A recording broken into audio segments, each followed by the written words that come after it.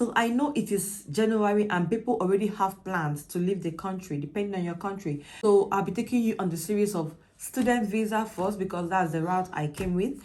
And then I'll take you through the work visa, because at some point my visa changed from students to work. So I'm going to be telling you everything about it.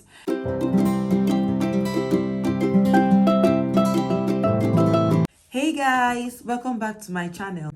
If you're stopping by for the first time, please consider subscribing, and to my returning subscribers, you are all super amazing. Thank you all very much. Happy New Year. I hope you had a brilliant celebration last year. It's a new year and we are rebranding.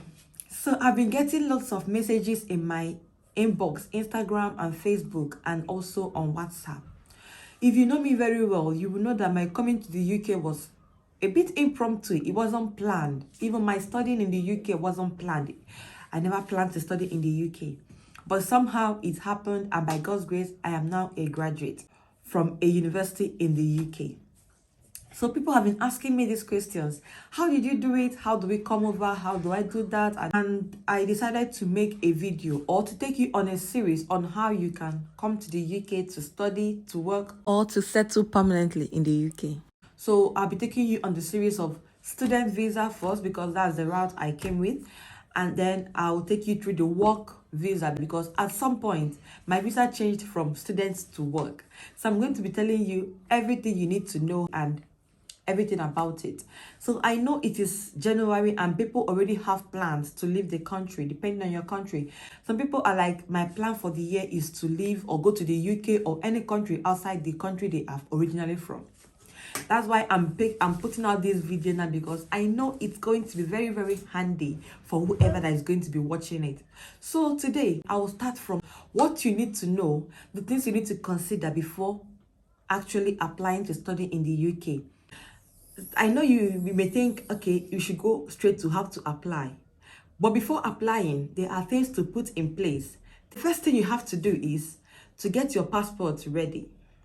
You have to get your passport and your travel documents ready for the application process, not even for the travel. You're not traveling yet, but for the admission process, application process. The next thing to get ready is your transcript and your certificate. If you're coming for undergraduate, you have to get your high school certificate ready. And if you're coming for masters, you have to get your high school certificate, your BSc certificate, and your transcript ready. So these are the important things to get ready for your application process.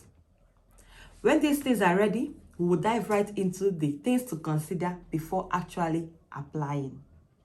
So the first thing to consider before applying to study in the UK is choose the right course. Decide the right degree you want to go for. Don't just apply to study in the UK and go for any degree, especially if you like to stay back after your studies. Because some of these courses may not be able to sponsor your visa at the end of your stay here in the UK. So if you intend to stay back and you go for those courses that are not in high demand, you may not be able to get a sponsored job. So go for the courses that are in high demand. It's true you have to do something you are passionate about, but just try and choose a very lucrative course, especially if you intend to stay back. The next thing is, ask yourself this question: how much do I have? How much do I have towards my tuition fee and my cost of living? When you have decided this, the next thing you have to consider is the tuition fee. There are schools that pay about £20,000 a year, and that's a whooping amount of money to pay. Some schools pay £16,000, some pay £14,000, some pay £12,000. And please be advised that every year the school fees tend to increase by a certain percentage. So it's not what you paid last year that you're going to pay the next year. This is especially for those that are in undergraduate or PhD. For master students, especially those that are going for 1-year course, you know that once you've paid your school fees, that's it. So ask yourself, how much do I have, and choose the best school that suits your pocket. Go for the cheaper universities. There is no right or wrong university in the UK. Any university you go for will give you the absolute best qualification you ever want, because they are all regulated. So just go for the one that you can afford. The next thing to consider is the entry requirement for the university you're going to. Some universities require you to write IELTS or TOEFL. Some don't require those English tests. So consider if the school you're going to require IELTS or any English test at all. You have to decide based on your circumstances. Personally, for me, I don't think I'll be going to a school that require IELTS when I can go to one that don't require any IELTS at all. Some schools also require just your BSc certificate, while some require both your certificate and your transcript. So you must check all of these requirements and see what your school requires. Some schools require that you have a pass in your maths, English, and in any science or art course, while some schools don't even check all of that. The next thing to consider is the scholarship scheme in place for international students in the school you're going to. So some schools have this 10% off tuition fee for international students, while some have 15%.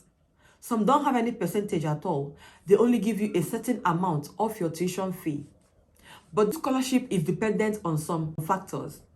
Some universities will give you the space of 1 month after resumption to pay your complete tuition fee. Then you will have that 10% off. Some will also give you another time range. So check with the university. This advice I'm about to give you now, please check with the university you are going to before applying it. So for me, when I went for my own program, I was given 10% off if I pay my complete school fees within a certain amount of time, usually 1 month after resumption. I was ready to pay the complete fees at that point. So what I did was 10% of my tuition fee. Then I kept the 10% to myself. Then the remaining amount I paid to the university. And they were okay with it. So my advice is check with your university. If they are okay with it, you can now take 10% off your tuition fee and then pay the remaining to the university. And you are done paying your school fees for the year. Also, there are some schools that liaise with some bodies in the UK to give international students scholarship. And some of these scholarships are all fully paid, while some are half paid. So check with the university you're going to and see if they are liaising with anybody to give you scholarship.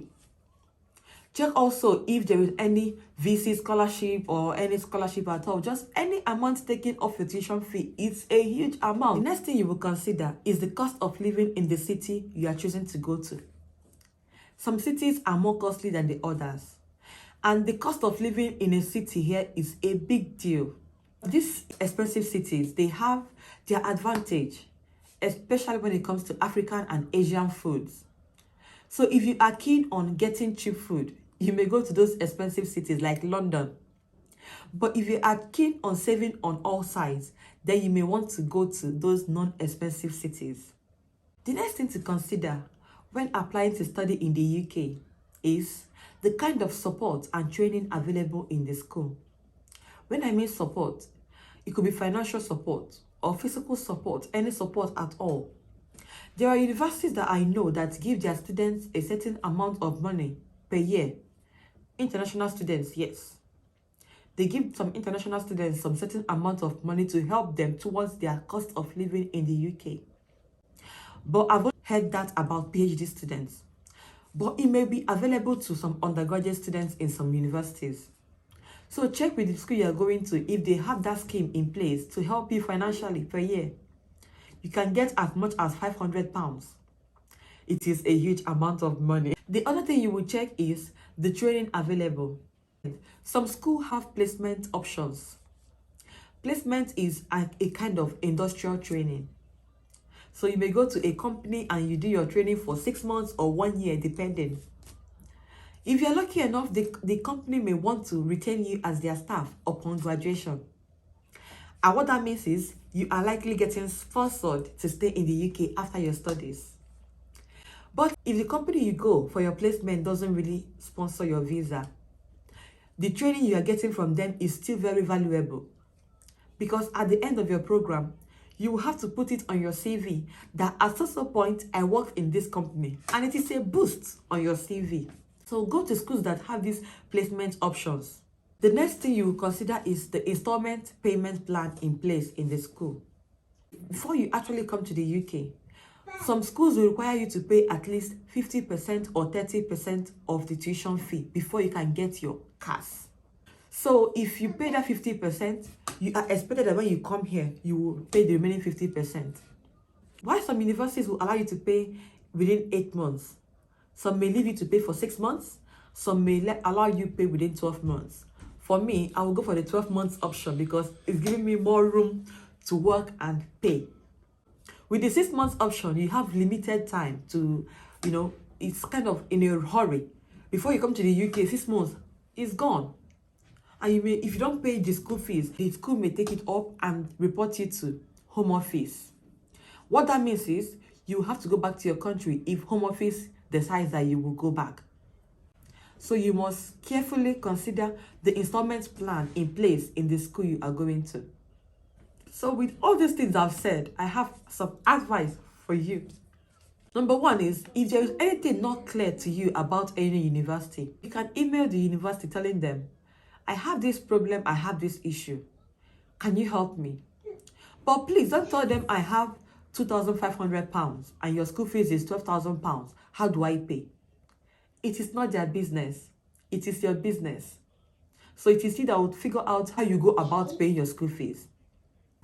The question you can ask them is a question like, let's say you studied nursing in your country and you want to come over here and study pharmacy. Ask them, I studied this in my university back home and I would like to come to the UK to study this other course.